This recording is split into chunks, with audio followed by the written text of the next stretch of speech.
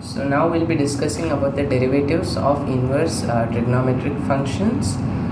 So first of all, let me show how to derive the derivatives of these functions. Let's take sine inverse of x and tan inverse of x as examples. So first one, let's deal with sine inverse of x. So here we are having y is equal to sine inverse of x and we want the derivative of this one, right? So we can write it in terms of x also. So x will be equal to, here y is equal to sine inverse of x. So when sine inverse goes to the other side, it becomes sine y. So x will be equal to sine y. Now we are taking both sides the differentiation with respect to x. So d by dx of sine y. So when we take the derivative, dx by dx will be 1 and it will be equal to derivative of sine is cosine, and it is not x here, we are having y instead of x, so it will not be just cosine y, we have to write dy by dx also, because when it is x, no need to write anything after the cosine, but here we are having a variable other than x, so we should write dy by dx also.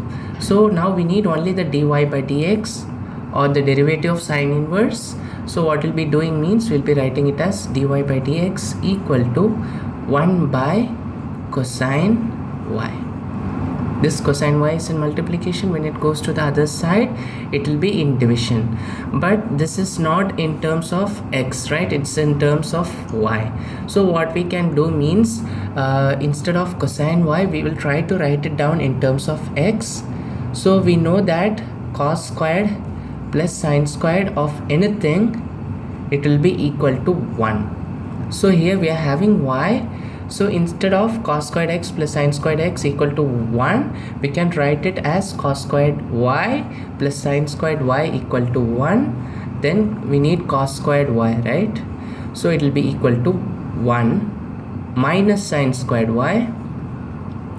When the sine squared y goes to the other side, it becomes negative. Now to remove the square, what we'll be doing means we'll be taking the square root. So cos y equals root of 1 minus sine squared y. So now instead of y, we can replace this one, sine inverse of x.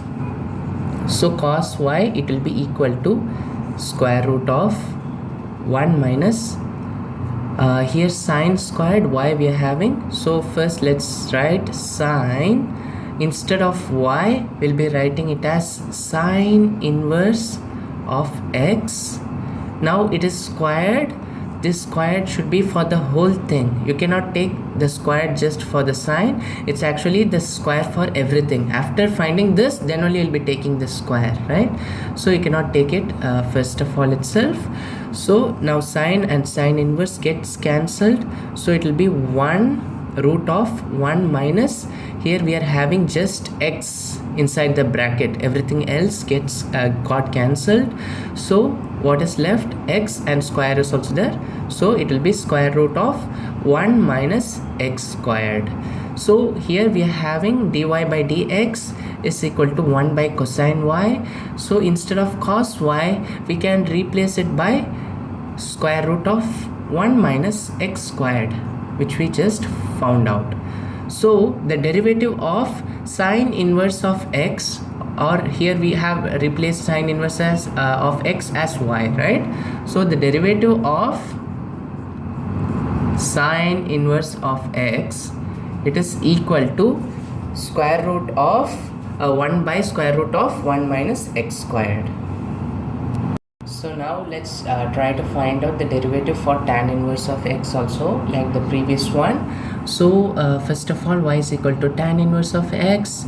So in order to make it like in terms of tan, we'll be writing x is equal to tan inverse goes to the other side, it becomes tan of y. So now when we are taking the derivative both sides with respect to x, it will be equal to d by dx of x, and also this side it will be equal to d by dx of tan y. So dx by dx will be 1, and it should be equal to derivative of tan is sec squared y, but we are taking derivative with respect to x and it is y here, so we'll be having dy by dx also. So we want to write this separate, dy by dx.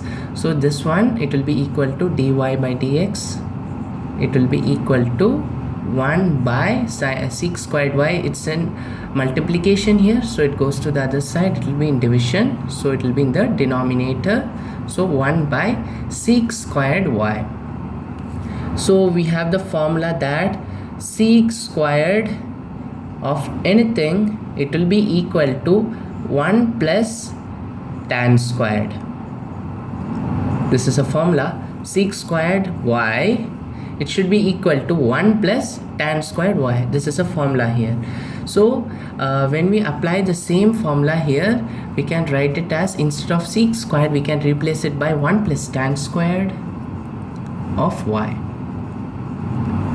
So now instead of y, we can replace the initial value of it. So 1 plus tan inverse, tan of, instead of y, it will be tan inverse of x, tan inverse of x, and the whole thing should be in square. As I told you, the square is for everything, so you have to put it outside the bigger bracket. So when you check here, tan and tan inverse will get cancelled, so it will be equal to 1 by 1 plus what is left inside will be x, and we are having a squared, so it will be x squared. So the derivative of tan inverse of x, derivative of tan inverse of x, here we are having the y as tan inverse of x, it will be equal to 1 by 1 plus x squared. So this is the final formula for finding the derivative of inverse of tan. Like that way we can find the derivatives of all the inverse trigonometric functions. So for sin x, it will be equal to 1 by root of 1 minus x squared, and for cos inverse x, it will be minus 1 by root of 1 minus x squared. So sin inverse and cos inverse, when you take the derivative, the only difference is both are same, but only the sign is different. For cos inverse, it will be negative, whereas for sin inverse, it will be positive. Similarly, tan inverse and cot inverse both have the same formula, but cot will be negative. And similarly, sec and cosec inverse both have the same formula, but cosec inverse, it has negative, right? So for tan, it will be 1 by 1 plus x squared. For cot inverse, minus 1 by 1 plus x squared. For sec inverse, 1 by x into root of x squared minus 1. For cosec inverse, the minus of the same thing as sec.